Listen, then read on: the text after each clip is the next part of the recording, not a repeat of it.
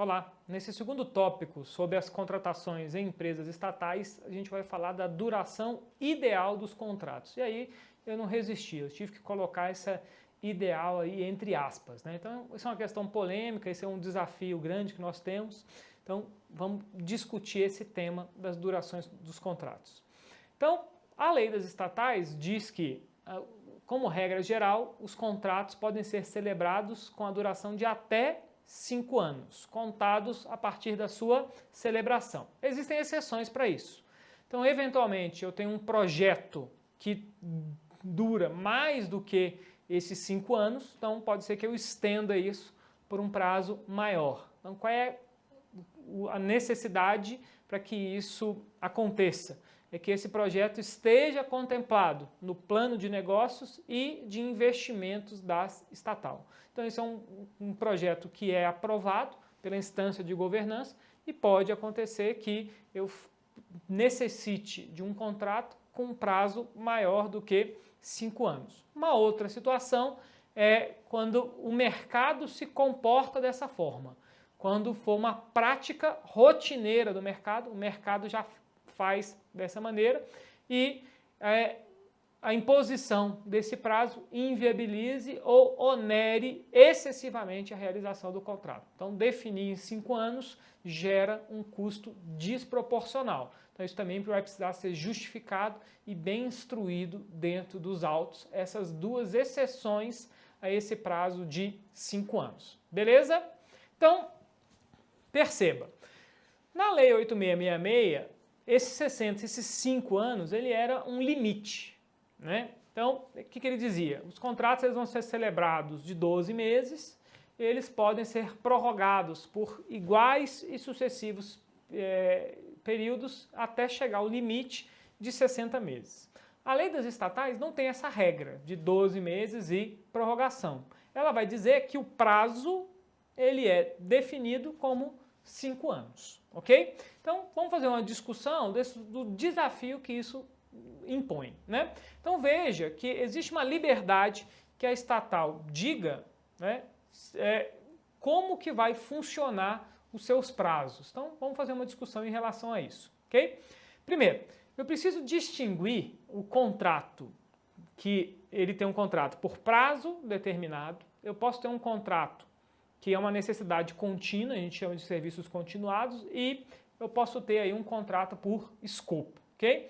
Então, no contrato por escopo, eu contrato algum determinado objeto e esse objeto, o contrato se encerra quando o objeto foi entregue. Eu até recentemente recebi um questionamento super interessante, o colega falando assim, olha, foi contratado um determinado escritório de advocacia, esse escritório de advocacia foi contratado para cuidar daquele determinado processo.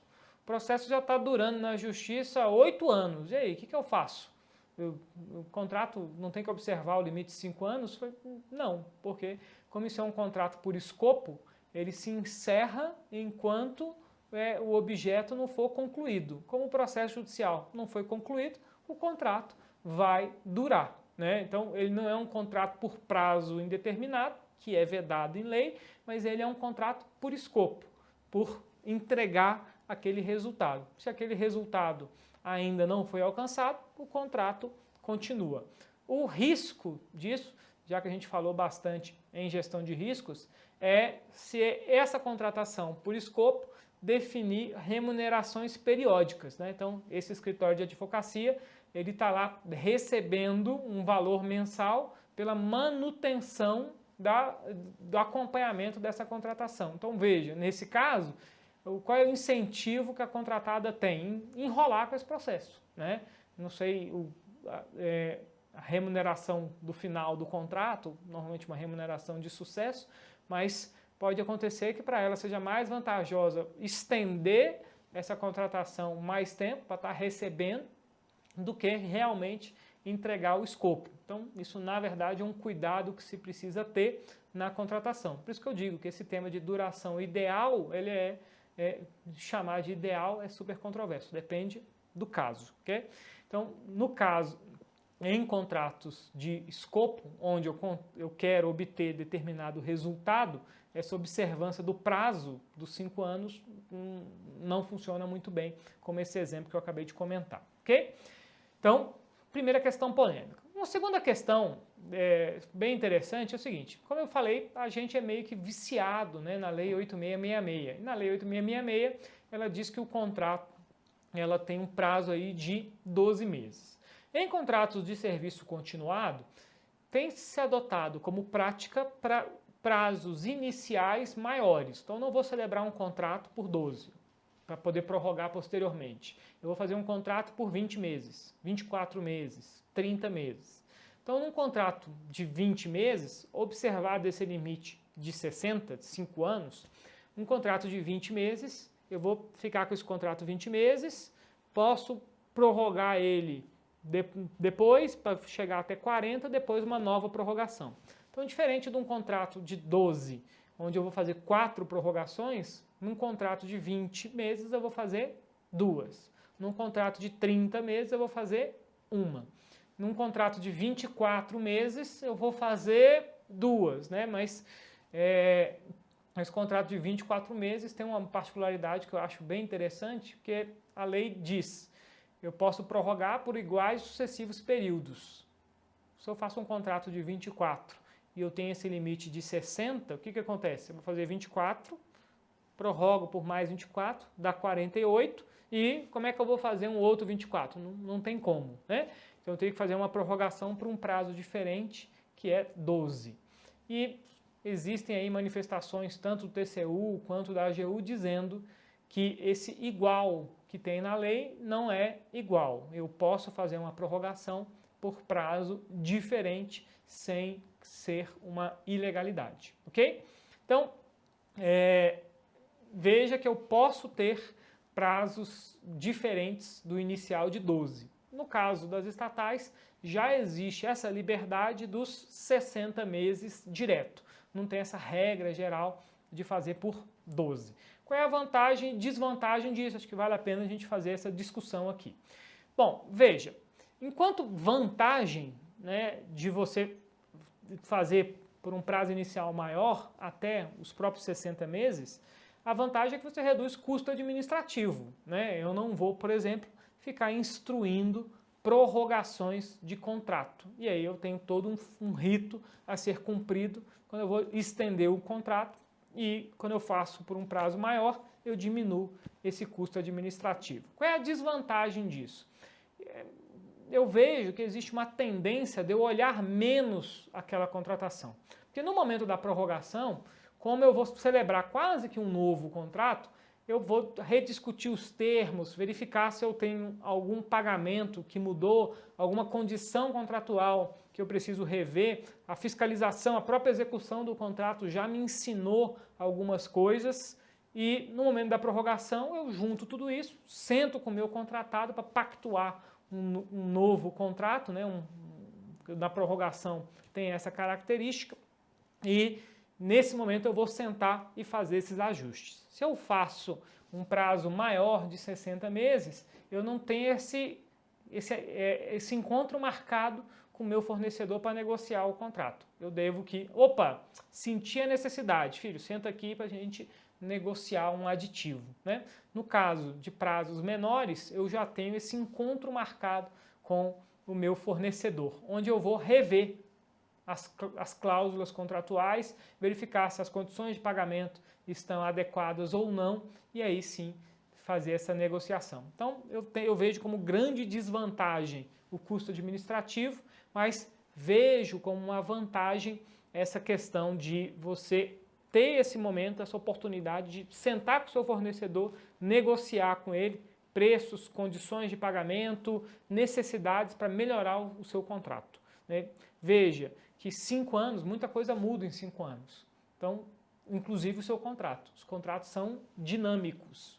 E aí eu preciso que esse movimento que aconteceu no contrato, na execução dele, seja refletido no ajuste, seja refletido no termo da contratação, ok?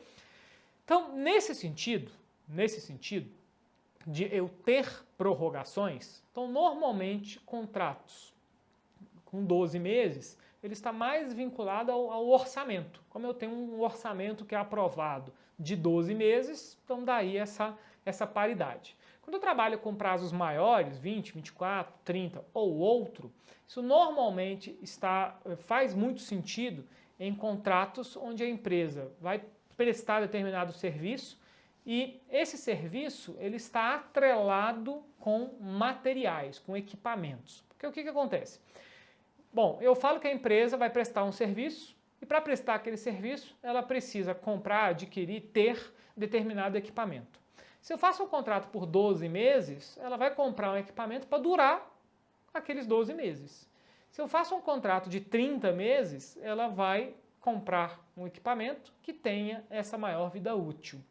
Porque ela sabe, já tem a segurança jurídica que vai ficar com esse contrato durante esse período. Ok? Então, olha, por que eu vou comprar um item de pior qualidade, sendo que eu sei que eu vou ter que cumprir esse contrato durante 2 anos e meio? Então, ao trabalhar com prazos maiores, eu gero essa segurança jurídica maior para a contratada e induzo a receber melhores equipamentos na execução daquele serviço. Okay? Então, a gente tem esse desafio de tentar balancear esse tipo de objeto. Se eu puder, se a minha palavra valer alguma coisa para vocês, é minha recomendação, 30 meses. Né? Então, eu trabalho com um prazo maior, reduzo o meu custo administrativo, mas eu tenho um marco no meio do contrato onde eu vou sentar com o meu fornecedor e verificar. E aí, o que esses 2 anos e meio de execução me ensinaram? Onde a gente pode melhorar a contratação, não deixar esse prazo grande para 5 meses. Em outros casos, eu já acho que faz todo sentido esse prazo, inclusive de 5 anos, especialmente em casos de mercados restritos. Okay? Então eu tenho lá um contrato decorrente de uma inegibilidade, por exemplo, né? um software, uma manutenção de um serviço, ou um contrato de plano de saúde, né? Onde normalmente o valor contratual está vinculado a uma sinistralidade, ao uso, né? Ao gasto que aqueles planos de saúde teve. Então veja que em determinado ano eu posso ter uma sinistralidade baixa, em outro ano eu posso ter uma sinistralidade mais alta. Então, num ano que a sinistralidade foi mais baixa, beleza, houve um lucro maior para a operadora do plano de serviço. No outro ano que a sinistralidade foi mais alta, acionaria ali um gatilho de revisão dos preços contratuais. Ora, por que eu não posso um ano compensar com o outro? Né?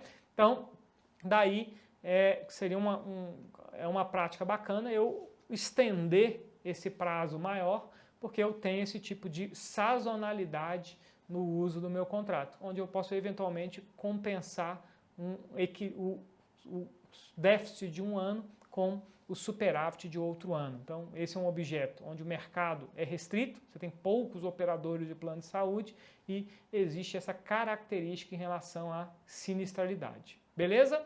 Então, nessa questão da duração ideal dos contratos, por isso que eu uso o ideal com aspas, porque realmente vai depender do objeto, vai depender da estrutura administrativa que a estatal tem para executar esses contratos, o mercado em que ela está inserido, se existe mercado fornecedor suficientemente desenvolvido para atender aquele objeto, e aí tudo isso precisa ser considerado ao definir esses prazos da contratação. Então vamos passar aqui pelos conteúdos desse tema. Então, isso que eu expliquei para vocês há pouco, e aí, pessoal, no curso a gente tenta seguir essa lógica, né? Então, a gente tem alunos que eles são auditivos, então ele aprende ouvindo, alunos que são visuais, ele aprende lendo, e alunos que aprendem escrevendo. Então, a gente tenta ter no curso esses 3 tipos de aprendizado. Então, eu passei aí, dei uma geral nos tópicos desse curso, e aí a gente vai agora dar uma repassada nos conteúdos, no material, no texto base de vocês. Então, aí no material, eu mostro essa diferenciação entre serviços continuados ou os serviços por escopo. Então, a ideia dos serviços continuados é quando eu tenho uma necessidade pública de forma permanente e contínua e essa necessidade dura por mais de um exercício financeiro. Ou que essa interrupção possa comprometer a prestação dos serviços e o cumprimento da missão institucional. O que eu percebo, conhecendo a realidade aí das compras de órgãos públicos e de estatais, é que o nosso nível de recorrência é muito alto. Então, quando eu falo de necessidade permanente e contínua, quase tudo que nós contratamos tem a necessidade permanente e contínua. Se você olha o que você compra aí no seu órgão, na sua entidade, ano após ano, você vai perceber que a repetição é bem alta. Então, quase tudo é contínuo, ok? Então, tem essa característica.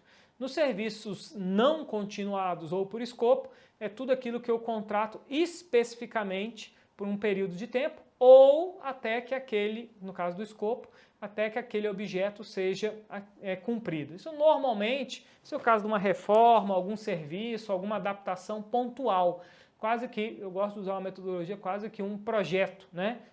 Algo que tem início, meio e fim, né? Então, isso aí que seria o prazo definido por um prazo, que é um serviço não continuado, então ele tem um marco para acabar.